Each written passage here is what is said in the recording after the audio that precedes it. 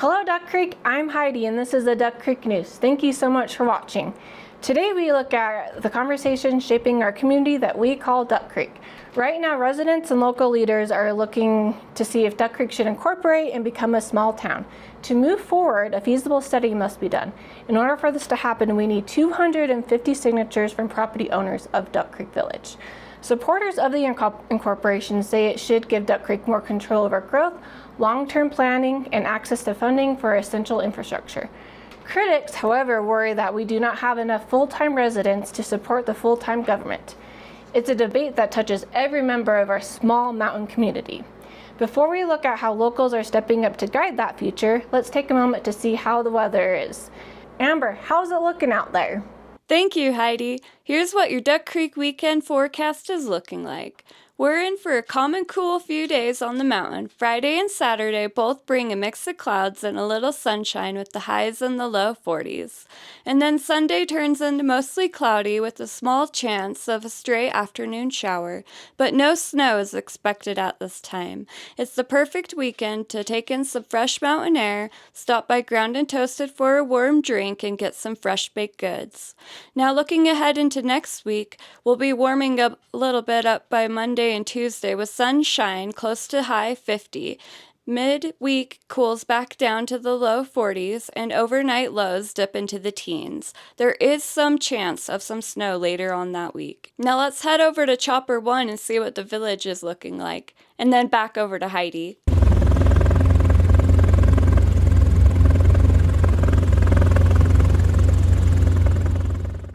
Thank you so much, Amber.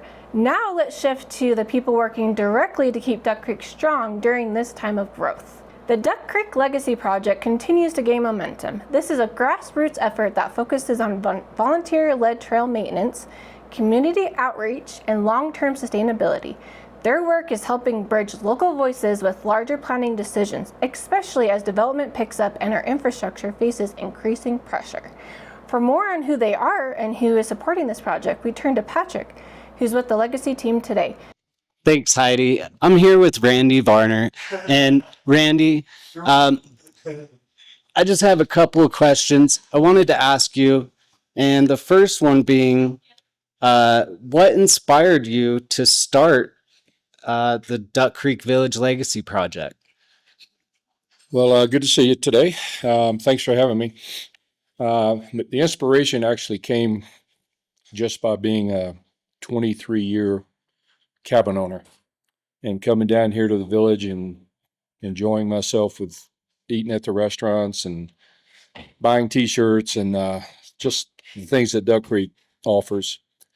And then through the years, through this time of year with the snow, springtime snow melt, some hopefully torrential rainfall that we might get every once in a while, it all ended up as a big muddy parking lot. And getting out of my truck, stepping in the mud, and dragging it into the pub and wherever else I would go to visit, to visit a business. Or getting it on the back of your pants? That too. Just thought, well, it's just shouldn't be. That's not the way it should be. We're better than this. So I thought about it and I said, well, what can I do? So I got some guys together that like-minded cabin owner kind of people, and then that evolved into going to the businesses and talking to them about their parking lot, even though it's not their land. So we just started the idea about how to clean it up and make it better because we are better. So that's where the initial thought came from. And how would you describe the mission of this nonprofit in your own words? The mission was Duck Creek Legacy Project. I wanted it to be a community-minded organization. It was to reach out to the community as a whole to get their support and to help in identifying the needs. We've gone too many years of nothing.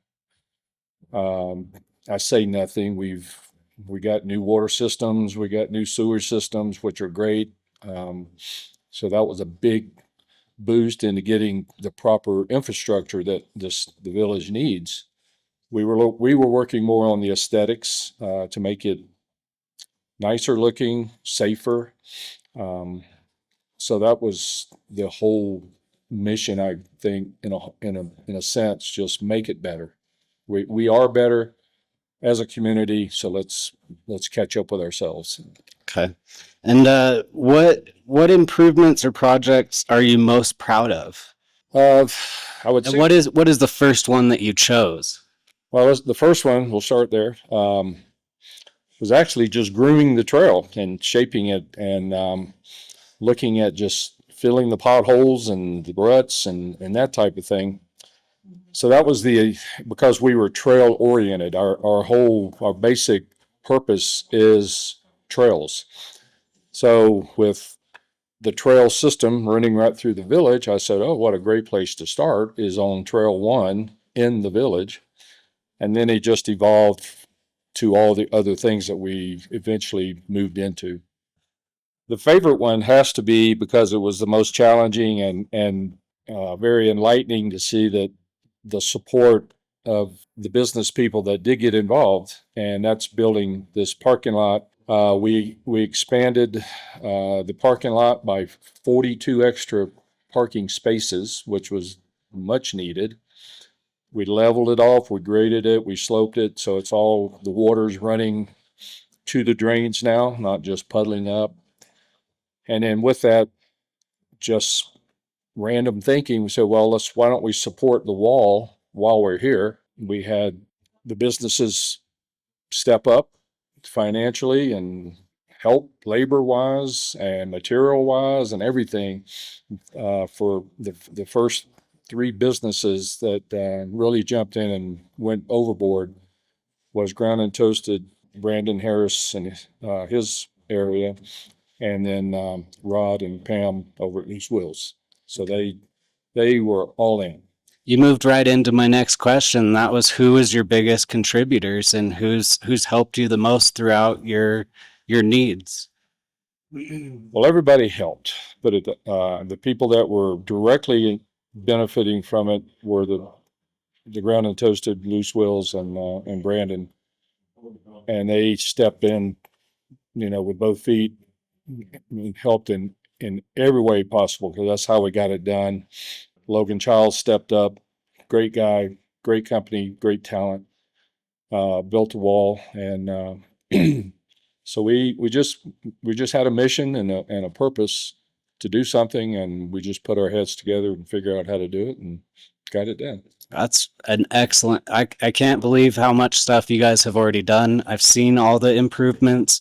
So what would you say? Is there any challenges that you've really faced throughout this? The challenge is the challenge is just the work itself. It's a challenge to go out and do something that you have no idea what you're doing. That's I don't know how to build walls. I don't know how to slope parking lots, but the guys that jumped in and volunteered and to help me, we figured it out. We had equipment, and then that expanded into other areas because the area east of town, that Trail 1 got totally redone, filled in the dirt we took out from the parking lot, we filled in down there where it was so low and muddy. So we leveled all that off, and so now it's just the trail running through there as opposed to a free-for-all, mud puddle. And last year I think we planting about 80 pine trees along the trail there too. I did see that, and I actually got some footage of that. We're gonna go ahead and cut over back to Heidi, and we'll get out of your hair now, Randy. Okay. Thank you. Good. Thank you, Patrick, and thank you to everyone helping shape the future of our cute mountain community of Duck Creek Village. Now, let's discuss events in Duck Creek that you have to look forward to in the next couple weeks. A reminder that Aunt Sue's Chalet is doing their Thanksgiving buffet from 11 to 4 p.m. The cost is $30 a person. Christmas on the Mountain is on November 29th. Lunch with Santa is from noon to 2 p.m. at the community church. The tree lighting ceremony will be from 6 to 7 p.m. Aunt Sue's will be supplying hot cocoa, and Ground and Toasted will be supplying yummy goodies.